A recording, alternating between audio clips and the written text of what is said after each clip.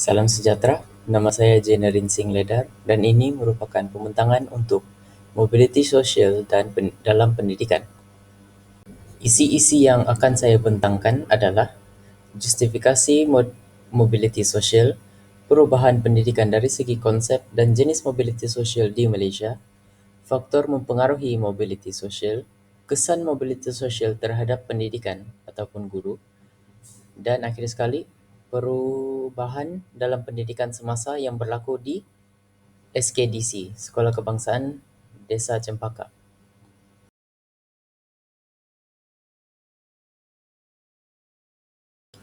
Bermula dengan mobility sosial.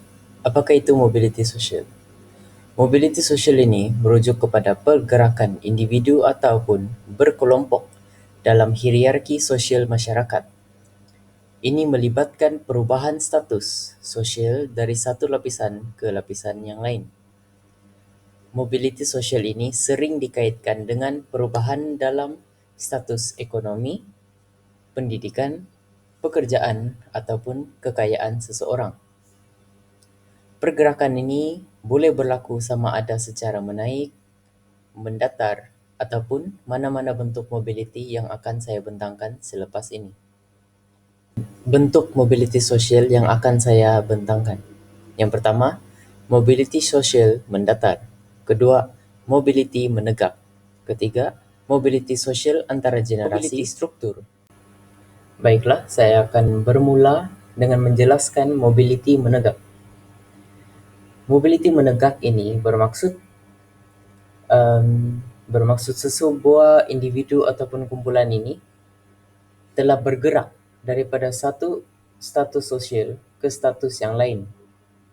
Terdapat dua jenis pergerakan, iaitu mobility menegak ke atas ataupun mobility menegak ke bawah.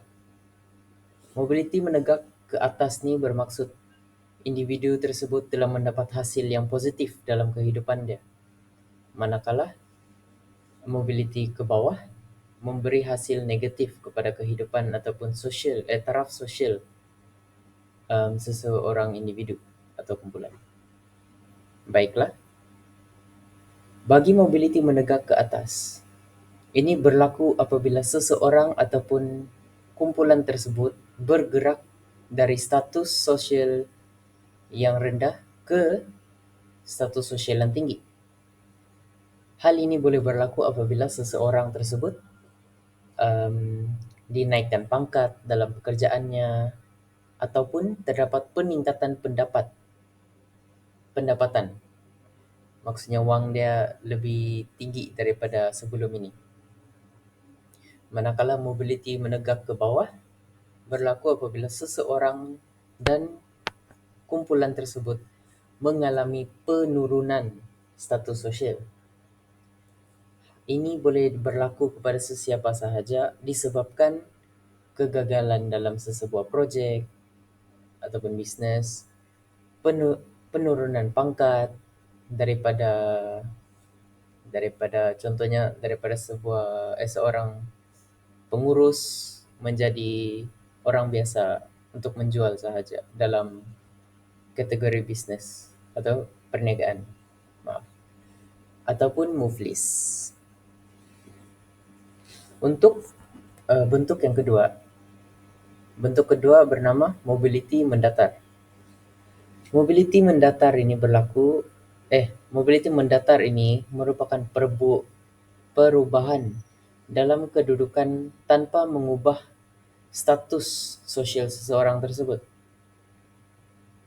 Jadi, status seseorang ni, kelas, prestige ataupun hierarki dia tidak akan berubah. So, contohnya, semalam dia berada dalam taraf sosial yang tinggi. Hari ini dia masih berada dalam taraf sosial yang tinggi. Tiada perbezaan antara kedua-dua kehidupan dia tu. Bentuk yang seterusnya, mobility sosial antara generasi. Mobility sosial antara generasi ini merujuk kepada perubahan status sosial dari satu generasi ke generasi yang seterusnya. Contohnya, anak seseorang petani ini telah berjaya menjadi doktor ataupun apa-apa pekerjaan yang profesional. Anak petani ini dapat mencapai kejayaan tersebut melalui pendidikan ataupun usaha dia sendiri. Perubahan daripada seorang petani kepada seorang doktor merupakan sebuah perubahan yang terjadi antara jika dibandingkan dengan ibu bapa dia dan dia. Perubahan ini menunjukkan peningkatan status sosial dibandingkan dengan ibu bapa dia sendiri. Kalau dipikirkan, contohnya, ibu bapa dia tu hanya mendapat mengumpul duit bagi menjalani pertanian tersebut, jual beli pertanian tu hanyalah 500. Tetapi anak dia ni yang telah menjadi doktor mendapat 1,000 sebulan. Jadi kita nampak perbezaan taraf hidup ataupun status sosial mereka dua. Dan seterusnya, mobility struktur. Mobility struktur ini merujuk kepada perubahan dalam hierarki sosial yang disebabkan oleh perubahan struktur ataupun dasar dalam sesebuah negara ataupun perubahan global. Perubahan-perubahan ini berlaku secara paksaan ataupun secara semula jadi, tanpa seseorang tahu dasar ataupun hierarki ini berubah dalam sekelip mata. Contohnya, perubahan dalam ekonomi dan pasaran buruh boleh membawa perubahan besar dalam hierarki sosial. Perubahan ini berlaku apabila terdapat kemasukan pendatang asing yang datang untuk mencari peluang pekerjaan. Ini boleh mengubah kelas sosial masyarakat setempat, terutamanya dalam permintaan tenaga buruh mahir dan tidak mahir. Ini boleh menjejaskan peluang pekerjaan dan gaji seseorang individu. Jadi, mobility struktur ini sendiri memberitahu kita bahawa disebabkan perkara yang lain berlaku dalam kehidupan kita ni, sesebuah hierarki ataupun taraf sosial kita boleh berubah disebabkan itu.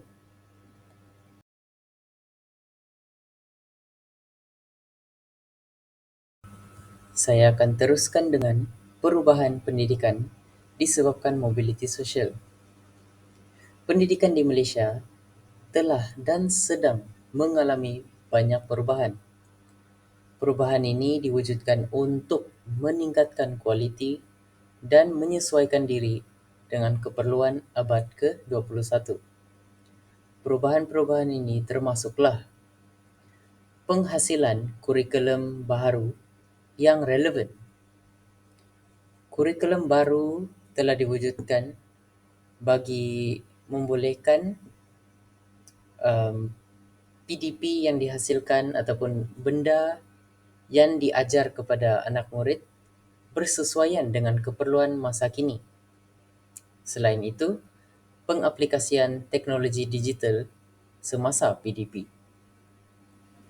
Guru akan menggunakan teknologi seperti LCD, menggunakan aplikasi Canva untuk membuat slide ataupun membuat gamifikasi, iaitu menjalani aktiviti ataupun game menggunakan teknologi ataupun secara digital. Di samping itu, guru telah diberi fokus untuk melaksanakan cara pelaksanaan PDP melalui pendekatan berpusatkan murid. Berpusatkan murid ini bermaksud murid tidak sahaja duduk diam di tempat duduk dan mendengar guru menghuraikan dan menjelaskan perkara-perkara dalam buku teks. Malah, murid itu sendiri bergiat aktif dengan guru, memberi penjelasan mereka sendiri, mengikut pemahaman mereka, dan juga em, menjalani aktiviti bersama-sama guru. Akhir sekali, em, kewujudan pembangunan holistik. Holistik ini merupakan sebuah em, penilaian, penilaian untuk memberi marka kepada murid-murid. Jadi dalam penilaian holistik ataupun pentaksiran holistik ni, guru tidak hanya berfokuskan akademik, malah mereka juga mengambil aspek emosi, sosial, dan nilai-nilai murni. Maksudnya, selain daripada peperiksaan akhir tahun, guru juga menilai murid berdasarkan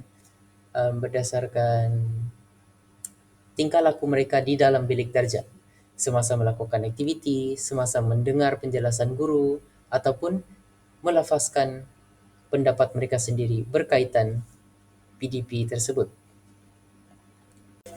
Saya akan jelaskan perubahan pendidikan yang disebabkan oleh 3 bentuk mobiliti sosial. Mobiliti sosial yang pertama ialah mobiliti menegak. Mobiliti menegak ini berhasil disebabkan peningkatan taraf sosioekonomi. Kesan pertama yang saya telah nampak ialah kurikulum relevan dan kemahiran abad ke-21 telah diaplikasikan di dalam kurikulum. Jadi inti pati kurikulum yang relevan ini adalah berfokuskan STEM, dui bahasa, dan kemahiran berfikir secara kritis semasa PDP. Contohnya, pelajar diajar menggunakan teknologi dan juga guru mengajar di dalam kelas menggunakan teknologi semasa PDP, seperti gamifikasi, pembelajaran individu, dan inovasi. Kualiti guru juga telah meningkat disebabkan latihan yang diberikan kepada guru dalam kaedah pengajaran dan teknologi baharu yang diberikan oleh kerajaan. Maksud saya latihan tersebut diberikan oleh kerajaan. Sekolah luar bandar juga mula dibina untuk mempermudahkan akses pendidikan kepada murid-murid di luar bandar. Akhir sekali, pembelajaran yang dihasilkan ataupun diberi kepada murid berfokuskan kepada pembelajaran sepanjang hayat. Kesan yang kedua ialah penghasilan pendidikan berasaskan holistik.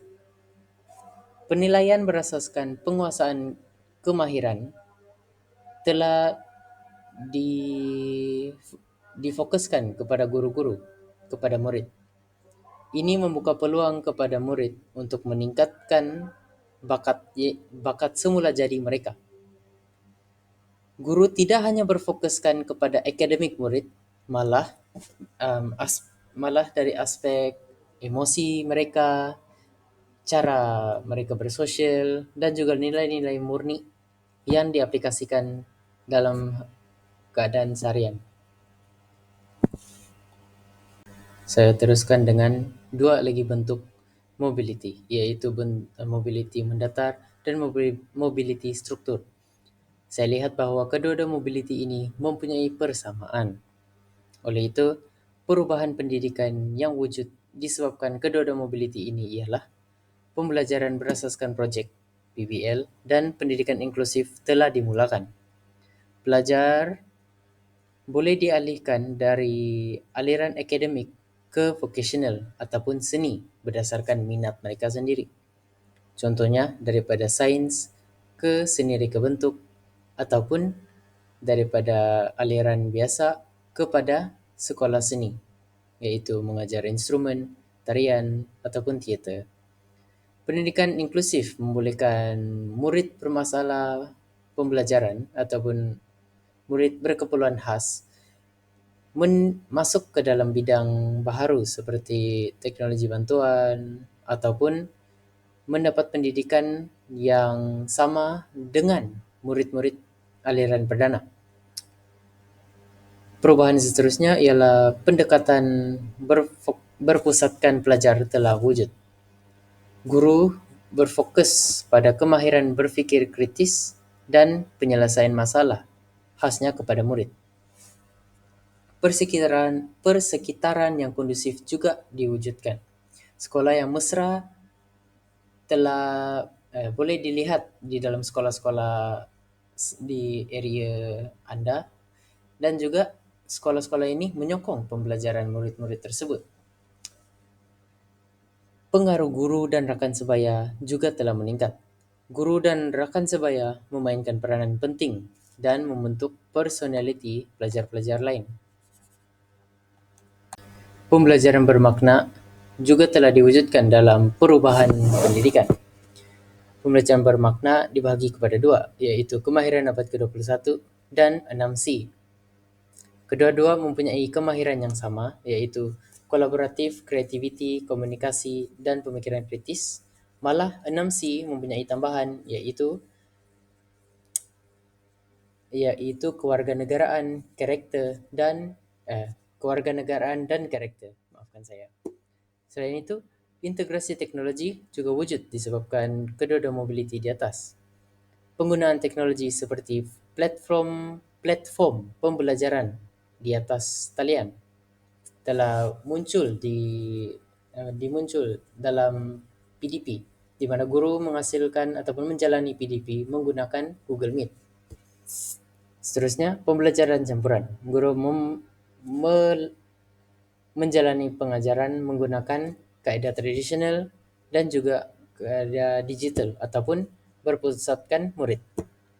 Pendidikan berasaskan kecekapan. Guru fokuskan pada penguasaan kemahiran di dalam murid. Dan akhir sekali, pendidikan global. Guru-guru telah mempersiapkan pembelajaran bagi pelajar untuk dunia global, yaitu bagi masa pekerjaan pada masa hadapan ataupun apa-apa yang berkaitan dengan peningkatan global.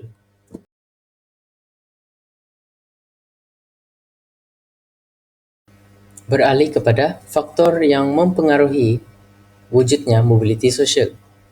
Faktor yang akan saya bincangkan adalah faktor pendapatan, perubahan tempat tinggal, dan faktor pendidikan. Bermula dengan faktor pendapatan. Faktor pendapatan ini merupakan perubahan mobility sosial ataupun status sosial yang berlaku apabila pendapatan seseorang individu tersebut meningkat ataupun menurun. Contohnya, seorang penyelaras pemasaran dinaikkan pangkat kepada pengurus pemasaran yang meningkatkan pendapatan dia sendiri. Pengurus pemasaran ini mempunyai hierarki yang tinggi daripada penyelaras pemasaran. Faktor yang kedua, perubahan tempat tinggal. Status akan berubah dengan apabila seseorang berpindah ke tempat yang lebih mewah dan cantik berbanding yang sebelumnya. Contohnya, Linia telah berpindah daripada rumah Pangsapuri ke rumah banglo. Jadi perbezaan dia di sini, rumah Pangsapuri ini merupakan rumah yang bertingkat-tingkat, mempunyai lift dan juga apa-apa yang ada di dalam rumah Pangsapuri. Malah sekarang dia telah berpindah ke rumah banglo, mempunyai rumah dia sendiri, 2 tingkat hanya untuk dia sendiri, mempunyai parking dia sendiri juga. Jadi disebabkan pemindahan ini dan kita nampak bahawa Linia telah berubah dari segi tempat tinggalnya yang sekarang telah menjadi lebih cantik ataupun lagi bagus daripada Pangsapuri. Jadi berlakunya mobility sosial peningkatan mobility sosial. Faktor yang terakhir yaitu faktor pendidikan. Pendidikan yang tinggi boleh mewujudkan perbezaan pendapatan dalam kalangan pekerja. Status pendidikan akan menunjukkan peningkatan upah ataupun peningkatan standard kepakaran mereka. Disebabkan pendidikan yang tinggi, mereka akan dapat gaji yang lebih tinggi serta mempunyai standard kepakaran ataupun kemahiran yang lebih tinggi. Contohnya, seorang anak petani dari luar bandar yang mendapat peluang melanjutkan pembelajaran ke universiti dalam bidang kejuruteraan. Setelah menamatkan pengajiannya,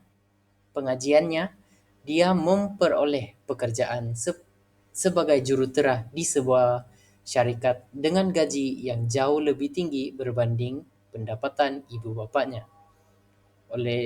Seperti cerita yang kita nampak di sini, daripada seorang anak petani yang hanya mempunyai duit yang sedikit, kini ekonomi budak ini telah meningkat disebabkan usaha dia sendiri dalam pendidikan.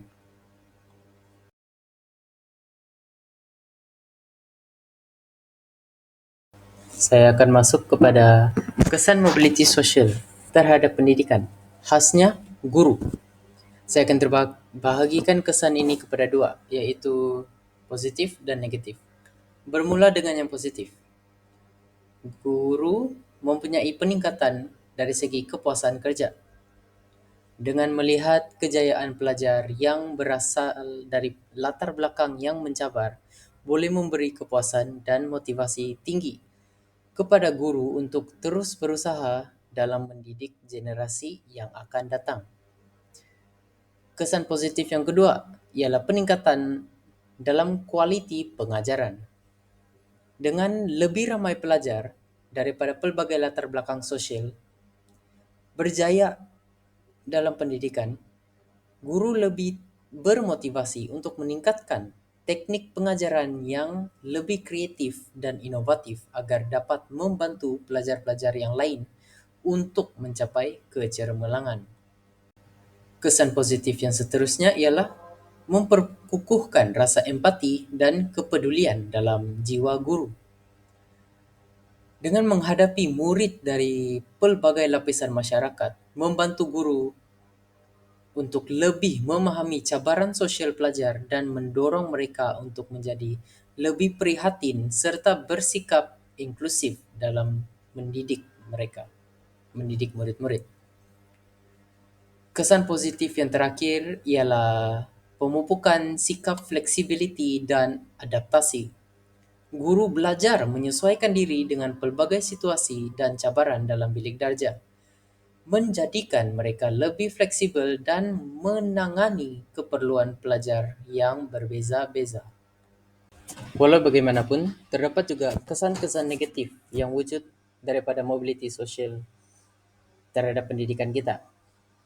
Khasnya untuk guru, terdapat berlakunya perubahan sikap dan harapan tinggi daripada masyarakat. Ibu bapa yang melihat pendidikan sebagai alat mobility sosial mungkin memberi tekanan kepada guru-guru untuk memastikan anak mereka mencapai kejayaan dan menjadikan tugas guru lebih mencabar. Kesan yang kedua ialah tekanan dan beban kerja yang bertambah. Mobility sosial boleh menyebabkan persaingan sengit dalam pendidikan, di mana guru terpaksa bekerja lebih keras untuk memastikan pelajar mencapai kecermelangan, sekaligus menambah tekanan kerja mereka. Ketidakseimbangan tumpuan terhadap pelajar juga merupakan sebuah kesan negatif. Guru mungkin lebih memberi perhatian kepada pelajar yang cermelang ataupun berasal dari latar belakang lebih baik, menyebabkan pelajar kurang berkemampuan dipinggirkan dalam pembelajaran. Kesan negatif yang terakhir ialah kurang kepuasan kerja. Apabila guru merasakan mereka tidak dapat membantu pelajar daripada latar belakang yang mencabar untuk berjaya, mereka boleh mengalami perasaan putus asa dan kurang kepuasan dalam kerjaya mereka.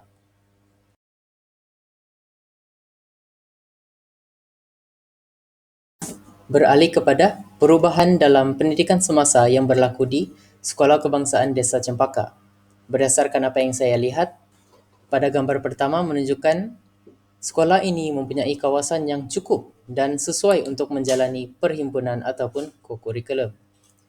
Gambar yang kedua, iaitu pada bahagian kanan, menunjukkan infrastruktur yang dihasilkan sangat bagus, relevan untuk jumlah murid yang berada dalam sekolah tersebut. Dan akhirnya, dan gambar yang ketiga yang di bawah menunjukkan persekitaran bilik darjah yang kondusif untuk murid PPKI yang berada dalam sekolah tersebut. Gambar keempat menunjukkan sekolah ini mempunyai peralatan yang mencukupi untuk menjalani PDP di luar kelas. Gambar kelima, peralatan bagi guru muzik juga mencukupi untuk menjalani apa-apa PDP seperti pendidikan muzik ataupun mana-mana peralatan yang ingin diperlukan di dalam kelas. Gambar di bawah menunjukkan keadaan bilik darjah murid perdana yang sangat kondusif untuk murid belajar. Gambar pada bahagian kiri menunjukkan penerapan sekolah ini berdasarkan TS 25, iaitu usaha ke arah melahirkan model insan yang unggul. Gambar di kanan menunjukkan guru yang melibatkan murid secara aktif dalam PDP ataupun melakukan proses pengajaran berpusatkan murid.